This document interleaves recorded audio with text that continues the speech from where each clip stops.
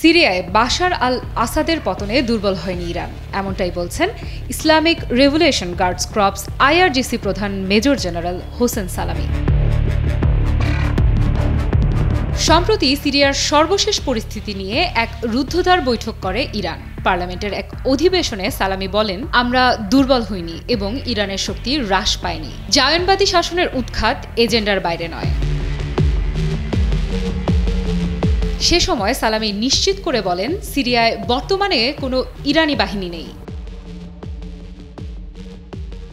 সম্প্রতি বিদ্রোহী বাহিনী দ্রুত অগ্রসর হওয়ার কারণে সিরিয়া থেকে সামরিক কমান্ডার এবং অন্যান্য ইরানি কর্মকর্তাদের সরিয়ে নেওয়া শুরু করে তেহরান। তাদের মধ্যে ইসলামিক রেভলিউশনারি গার্ডস ক্রপস কুদস ফোর্সের সিনিয়র কমান্ডার, কয়েকজন কূটনীতিক এবং তাদের পরিবার এবং বেসামরিক ব্যক্তিরা ছিলেন। রাশিয়ার সঙ্গে যৌথভাবে ইরান গত এক দশকব্যাপী সিরিয়ার গৃহযুদ্ধের সময় প্রেসিডেন্ট বাশার আল আসাদের প্রধান সমর্থক। আসাদ ইসরায়েল এবং মার্কিন বিরোধী হিসেবে পরিচিত ছিলেন। ইরান দীর্ঘদিন ধরে সিরিয়ায় আসাদের সরকারকে সমর্থন করেছে। 2011 সালে শুরু হওয়া সিরিয়ার গৃহযুদ্ধ জুড়ে সামরিক, আর্থিক এবং লজিস্টিক সহায়তা প্রদান করে এসেছে ইরান। বসুন্ধরা টিস্যুতে ছাড়ের ছড়াছড়ি।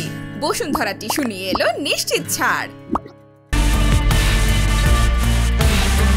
সম্প্রতি আসাদ সরকারের পতন বা সিরিয়ার নেতৃত্বের পরিবর্তনকে অনেকেই বলছেন ইরানের ক্ষমতার খর্ব হওয়ার নিদর্শন। তবে এ অঞ্চলে ইরানের কৌশলগত অবস্থান যাই হোক, সালামি জোর দিয়ে বলেছেন, সিরিয়ায় আসাদ সরকারের পতন হলেও ওই অঞ্চলে ইরানের প্রভাব অক্ষুণ্ণ রয়েছে। আফ্রিদা ইফরাত, নিউজ 24।